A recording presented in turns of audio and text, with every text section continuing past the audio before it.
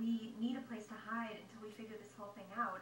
Derek said that this would probably be the last place anyone would look for him. Yeah, you're cool to hide here. But first, me and him gotta straighten some shit out. Fine. Why you been acting so messed up towards me? Why you been acting so messed up towards me?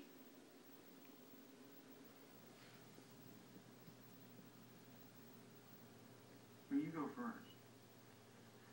I don't know, maybe I felt like a little threatened or something, because your career is kind of just blossoming and mine's kind of winding down or whatever. And I felt like this guy's really hurting me.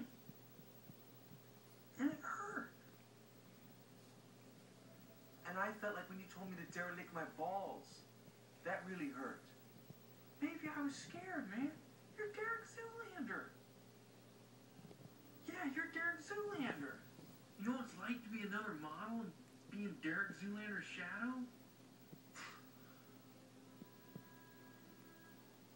You want to hear something crazy? Your work in the winter '95